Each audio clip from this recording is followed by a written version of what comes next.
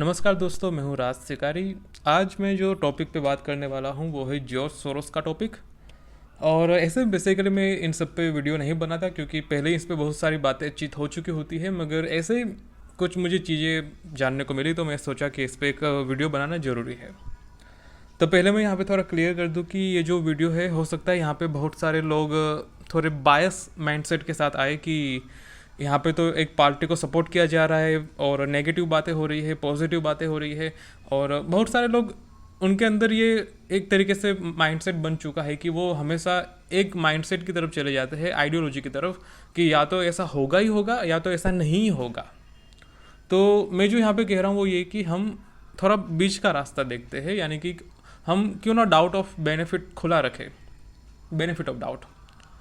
क्यों ना हम एक लूप होल छोड़े कि हाँ कुछ भी हो सकता है। तुम किसी चीज़ की गारंटी नहीं ले सकते, ना मैं किसी चीज़ की गारंटी ले सकता हूँ। तो क्यों ना हम यहाँ पे थोड़ा मुक्त रूप से चर्चा करें जॉर्ज सोरोस का जो टॉपिक है उसको लेके। ठीक है, तो अगर तुम किसी पूर्व धारणा के साथ इस वीडियो को देख रहे हो तो मैं चाहूँगा कि थोड़ा शांत हो जाओ और मुक्त धारणा से देखो कि हाँ होने को तो कुछ भी हो सकता है, ये सोच के। ठीक है, तो कल मैं ट्विटर देख रहा था हमेशा की तरह और मुझे रसिया टुडे का एक ट्वीट दिखा। उसमें उन्होंने जो खबर डाली थी वो ये थी कि जो जॉर्ज सोरोस है, उनके जो पुत्र है वो बांग्लादेश के प्राइम मिनिस्टर मोहम्मद यूनिस से मिले हैं। और साथ में रसिया टुडे वालों ने चुटकी भी ली है, मजाक भी किया है इस चीज़ को लेके कि अब ये जो लोग हैं ये खुले आम दुनिया को दिखा रहे कि हम क्या कर रहे हैं। हालांकि रसिया टुडे ने ज़्यादा कुछ तो नहीं दिखा और बिना जानकारी के कोई क्या ही लिख सकता है, क्या बातचीत हुई वो कोई पता नहीं कर सकता। तो मुख्य रूप से यहाँ पे एक चीज़ समझनी पड़ती है कि ये जो चीज़ें हमें देखने को मिलती है, हो सकता है कि वहाँ पे कोई और बातचीत हुई हो जिसको लेके ना तुम्हें पता हो ना मुझे पता हो, मगर डाउट तो रहता है, हमेशा डाउट रहता है।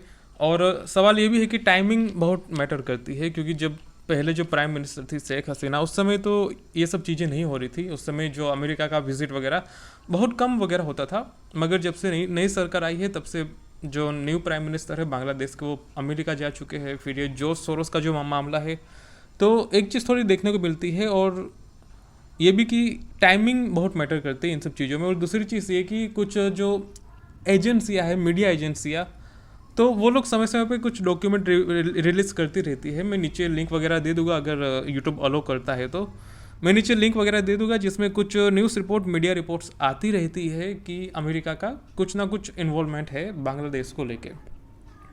यही चीज़ पाकिस्तान के प्राइम मिनिस्टर इमरान खान ने भी कही थी कि भाई अमेरिका पीछे पड़ा है हमारे। तो यही चीज़ फिर भारत में भी कही जा रही है। और भारत में ये कोई नई बात नहीं है। ठीक है, भारत में बहुत से लोग कह रहे हैं कि ऐसे ही पॉलिटिक्स है, पॉलिटिक्स है, मगर ये जो पॉलिटिक्स है ये इंदिरा गांधी के टाइम से भी थी। उस समय भी यही चल रहा था कि अमेरिका वाले ये कर देंगे, वो कर देंगे, फलाना कर देंगे।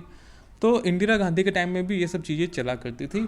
और अगर तुम देखो तो शेख मुजीबुर रहमान का जो हत्या हुई थी, या फिर तुम जो भी कहो, उनका जो सत्ता पलट किया गया था मिलिट्री के द्वारा, उसमें भी बहुत सारी चीज़ें कही जाती है कि वेस्टर्न कंट्रीज़ का इन्वॉल्वमेंट रहता है। और उसको लेके कनाडा के साथ काफ़ी इश्यू थे बांग्लादेश के, क्योंकि वो जो शेख मुजीबुर रहमान की जो हत्या हुई थी, उनके जो कुछ आरोपी थे वो कनाडा में है। अब जो बांग्लादेश है वो कनाडा के आगे पीछे भटक रहा था कि भाई प्लीज़ हमें इसे, इन जो आरोपियों है उनको यहाँ भेज दो, हमें उन पर कार्रवाई करनी है, उन पर कोर्ट ट्रायल करना है। मगर जो कनाडा की सरकार है उनका कहना है कि भाई बांग्लादेश की जो जुडिशरी सिस्टम है उस पर हमें विश्वास नहीं है। बांग्लादेश कैसे न्याय करेगा, कौन सी प्रोसीडिंग करेगा, कौन से वकील होंगे, कौन से जज होंगे। ओवरऑल वेस्टर्न कंट्रीज़ का यानी कि कनाडा का कहना है कि बांग्लादेश शेख मुजीबुर रहमान के जो हत्यारे हैं हमारे देश में, अब पहले तो वो मान रहा है कि नहीं मान रहा, वही सबसे बड़ा डाउट है। मगर फिर भी अगर मान भी ले तो उनका कहना है कि बांग्लादेश कैसे जजमेंट करेगा वो नहीं कह सकते, क्योंकि बांग्लादेश में ये हुआ भी है। ठीक है, बांग्लादेश में हम ये भी नहीं कह सकते ना कि बांग्लादेश में एकदम न्याय मिल जाता है। वहाँ पे ऐसे मामले हैं जहाँ पे सरकार विरोधी लोगों को जेल में डाला गया है, उनको फांसी पे लटका दिया गया है। तो हम ये भी नहीं कह सकते हैं कि बांग्लादेश में एकदम न्यूट्रल तरीके से कार्यवाही होगी। तो ये सब चीज़ें चलती रहती है, मगर डाउट ये भी रहता है कि जो वेस्टर्न कंट्रीज है वो शेख मुजीबुर रहमान के जो हत्यारे थे उन्हें क्यों इतना प्रोटेक्ट कर रहे हैं वहाँ पे, ये भी डाउट है। बिना किसी मतलब कि क्या ही कोई इन्वॉल्व करेगा यहाँ पे। देखो, कहने को तो कुछ भी हो सकता है, कोई मतलब हो भी सकता है, कोई मतलब नहीं भी हो सकता है कि बस मानवतावादी हिसाब से रखा गया हो, जैसे कि हमारे देश में से जो विजय माल्या वगैरह चले गए थे उनको अभी तक हम वापस नहीं ले पाए, विजय माल्या वगैरह को। तो ये भी एक तरीके से चीज़ होती है कि हो सकता है कि कुछ बेनिफिट के तहत ये सब चीज़ें रोकी जा रही हो। जैसे कि तुम बात करो विजय माल्या की, तो अगर मान के चलो अगर ब्रिटेन उससे हैंड ओवर कर ही देता है तो क्या होगा और क्या नहीं होगा। सबसे बड़ा फ़ायदा और नुकसान की अगर मैं बात करूँ तो वो होगा कि अगर विजय माल्या जैसे व्यक्ति को अगर ब्रिटेन हैंड ओवर करता है भारत को, तो उससे एक नुकसान पहुंचेगा ब्रिटेन की इमेज को कि यहाँ पे पैसेदार लोग सुरक्षित नहीं रह सकते, यहाँ पे विश्वास नहीं किया जा सकता, और जो करोड़पति लोग हैं, पैसेदार लोग हैं, वो ब्रिटेन में जाना रोक देंगे, किसी और देश चले जाएंगे। तो एक तरीके से इस तरीके के भी फ़ायदे होते हैं, पॉलिटिक्स अपनी जगह पे और बिजनेस अपनी जगह पे। तो जो दोनों इश्यू जहाँ पे आ जाते हैं वहाँ पे चीज़ें गड़बड़ हो जाती है। तो ये जो मामला है जॉर्ज सोरोस का, देखो तुम ये तो नहीं कह सकते ना कि जॉर्ज सोरोस एकदम ईमानदार व्यक्ति है, मानवतावादी है। और ये बहुत ही बकवास चीज़ समझता हूँ। लोग कहते हैं कि हम तो मानवतावादी है, और जो लिबरल जो साइड है, लिबरल आइडियोलॉजी के लोग हैं, वो कहते हैं कि जॉर्ज सोरोस बहुत अच्छा आदमी है, वो मानवतावादी है, वो चाहता है कि डिक्टेटरशिप खत्म हो जाए। चलो भाई, मानता हूँ कि मानवतावादी आदमी है, मगर एक डिक्टेटर क्या करता है तुम मुझे बताओ। एक डिक्टेटर करता क्या है? अगर जॉर्ज सोरोस डिक्टेटरशिप से नफरत करता है तो बताओ कि डिक्टेटरशिप क्या होती है? डिक्टेटरशिप वो होती है जहाँ पे लोगों को आज़ादी नहीं होती, लोगों को नुकसान पहुंचाया जाता है, उनकी फ्रीडम, उनकी लिबर्टी सब कुछ कुचल दिया जाता है, ठीक है। अब यही जो चीज़ है ये जो सोरोस भाई साहब भी कर चुके हैं। वो जब इकोनॉमिकल चीज़ों का फ़ायदा उठाते हैं, लोग कुछ देशों की इकोनॉमी को नुकसान पहुंचाते हैं, उनमें जो खिलवाड़ करते हैं, तो उससे देश के आम लोगों को ही तो नुकसान पहुंचेगा ना। अगर किसी देश की इकोनॉमी को बहुत बड़ा नुकसान पहुंचा दिया, किसी देश के मार्केट को क्रैश कर दिया, स्टॉक मार्केट को गिरा दिया, तो ओवरऑल नुकसान किसको होने वाला है? आम व्यक्ति को होने वाला है ना। तो तुम मुझे बताओ कि आम व्यक्ति का नुकसान करके कोई मानवतावादी कैसे बन गया, तुम मुझे बताओ। तो जहाँ पे अपने फ़ायदे की बात आती है वहाँ पे भाई फ़ायदा ले लो, और जहाँ पे दूसरे को ज्ञान दो कि डिक्टेटरशिप गलत है, ये है, वो है। कहने का मतलब एक डिक्टेटरशिप वही करता है जो उसे सही लगता है। तो वही चीज़ जो सोरोस भी कर रहा है, उसे जो सही लगता है वो करता है। मतलब कि जहाँ पे भी उसे पैसा दिखा, फ़ायदा दिखा, उसने वहाँ पे इन्वेस्टमेंट कर दिया, वहाँ पे सरकारें गिरा दी, वहाँ पे अपने फ़ायदे कर दिया, वहाँ पे मार्केट शॉर्ट कर दिया। ये सब चीज़ें चलती रहती है। तो कहने का मतलब ये कि ये जो लोगों के सामने एक इमेज बनाई जाती है कि भाई हम तो डिक्टेटरशिप के विरुद्ध में है, हम तो मानवतावादी है, सवाल ये है क्या इसमें कोई जेन्युइनिटी है, क्या इसमें कोई सच्चाई भी है, या फिर केवल बकवास है?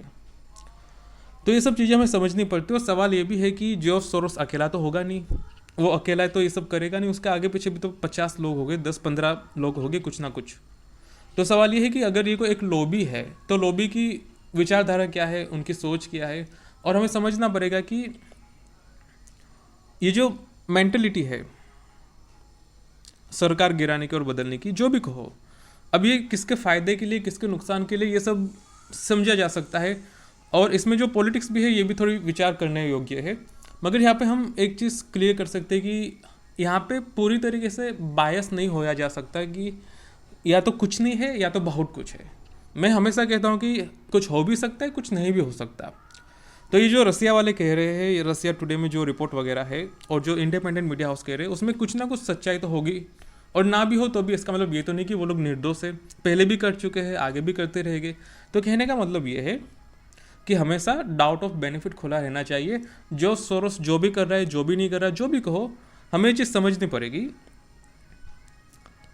कि कोई भी जो देश है उसे ज़्यादा इंडिपेंडेंट होने नहीं दिया जाता, ठीक है। उसमें जो एलिट क्लास होता है वो कुछ खास लोगों के पपेट ही होते हैं। अगर मैं बात करूँ रसिया की, तो रसिया में एलिट क्लास के पास ही सब कुछ है। रसिया की बात करो, सीरिया की बात करो, जितने भी देश की बात करो, एलिट क्लास के पास सब कुछ है। अब अभी जो एलिट क्लास है इनके कुछ इंटरेस्ट भी होते हैं, बिजनेस इंटरेस्ट कहो, जो भी इंटरेस्ट कहो। तो ये जो इंटरेस्ट है ये सारे चले जाते हैं रिच कंट्रीज़ के अंदर, जो वेस्टर्न कंट्रीज़ है, एलिट क्लास है उसके अंदर चले जाते हैं। तो इस तरीके से ये जो आपसी इंटरेस्ट को मिलाने के लिए सरकारें बदली जाती है, सरकारें गिराई जाती है, सरकारें बनाई जाती है, बिजनेस वगैरह सबको मैनेज करते हुए। तो यहाँ पे हमें समझना ये पड़ता है कि सरकारें बदलने के पीछे बहुत सारे इंटरेस्ट होते हैं। अब जिस देशों में लोकतंत्र नहीं है वहाँ पे चीज़ें थोड़ी मुश्किल होती है, मगर जिस देश में लोकतंत्र है वहाँ पे चीज़ें थोड़ी आसान हो जाती है। तो यही सब चीज़ें हमें देखने को मिलती है। हालांकि इससे आम लोगों को क्या फ़ायदा और क्या नुकसान, इस पे बात करते हैं। देखो, सरकारें आती और जाती रहती है, ठीक है, मगर यहाँ पे एक चीज़ समझनी है कि ये जो फाइनेंशियल लॉबिंग है, फाइनेंशियल लॉबिंग कहो, बिजनेस लॉबिंग कहो, इकोनॉमिकल लॉबिंग कहो, जो भी कहो, ये कुछ खास देशों के फ़ायदे के लिए होती है। यानी कि अगर किसी देश को फ़ायदा हो रहा है तो किसी देश को नुकसान भी हो रहा है, ठीक है। अगर तुम आइंस्टाइन की थ्योरी पे विश्वास करते हो, E=mc², बात यही है घुमा फिरा के कि अगर किसी देश को फ़ायदा पहुंचाया जा रहा है तो किसी देश को नुकसान भी हो रहा है। और अगर नुकसान हो रहा है तो उसका मतलब किसी ना किसी को तो सफ़र करना पड़ेगा। अब वो सफ़र मैं करूँ, तुम करो, कोई भी करो, मगर ये सब चीज़ें हैं। उदाहरण के रूप से जब हमारे देश की सरकार लोन लेती है, ठीक है, विदेश से लोन लेती है, तो वो जो लोन का जो पैसा होता है वो कुछ गिने चुने लोगों की जेब में जाता है। कुछ उद्योगपति, कुछ बिजनेसमैन, कोई फलाना ठिकाना पॉलिटिशियन, रिश्तेदार, भाई भतीजा, नाती, जमाई, यही सब लोगों की जेब में वो पैसे जाते हैं विदेशी लोन के। जो ठेके होते हैं, कॉन्ट्रैक्ट वगैरह, जो भी तुम कहो, ये कुछ गिने चुने लोगों की जेब में जाते हैं और ये हर एक देश में होता है। तो मैं कहता हूँ कि ये नहीं होना चाहिए, ठीक है। मगर जब ये लोन चुकाने का समय आता है तो सरकार क्या कहती है? सरकार देश के आम नागरिक से कहती है कि तुम पैसे निकालो, टैक्स दो, ताकि हम लोन चुका सकें। तो कहने का मतलब ये है कि जहाँ पे फ़ायदा लेने की बात आई तो अपने लोगों को फ़ायदा दिया, और जहाँ पे फ़ायदा चुकाने की यानी कि लोन चुकाने की बात आई तो आम लोगों से कहा कि भाई तुम हमें पैसे दो। तो मैं ये सवाल पूछता हूँ कि आम लोगों को तो फ़ायदा पहुँचा ही नहीं था, तो फिर वो पैसे क्यों थे? बात यही है ना। उदाहरण के रूप से सबके पास से पैसे लिए जाए जलेबी लाने के लिए कि भाई जलेबी लाना है, पैसे दो, सबने दिए, ठीक है, मगर जलेबी आते आते ही 2-4 लोग खा के ख़त्म कर दिए। अब तुम सोचोगे यार मैंने तो खाई नहीं जलेबी, तो मैं कहाँ से पैसे दूँ? बस यही चल रहा है इस देश में और बाकी कितने ही देशों में चल रहा है। जब मलाई मिलती है तो कुछ लोगों को मिलती है, और जब उसे चुकाने की बारी आती है तो सबको देना पड़ता है। तो ये चीज़ हमें समझनी पड़ती है। तो ये जो जॉर्ज सोरोस का मामला है, जो भी कहो, इस पे तुम्हारे क्या विचार है तुम नीचे कमेंट करके बता सकते हो। और ये जो मेरा ट्विटर अकाउंट है तुम इसे सब्सक्राइब कर सकते हो, फॉलो कर सकते हो, ताकि कुछ न्यूज़ वगैरह हम अपलोड करते रहें। सो इट इज़ मी राज शिकारी साइनिंग ऑफ।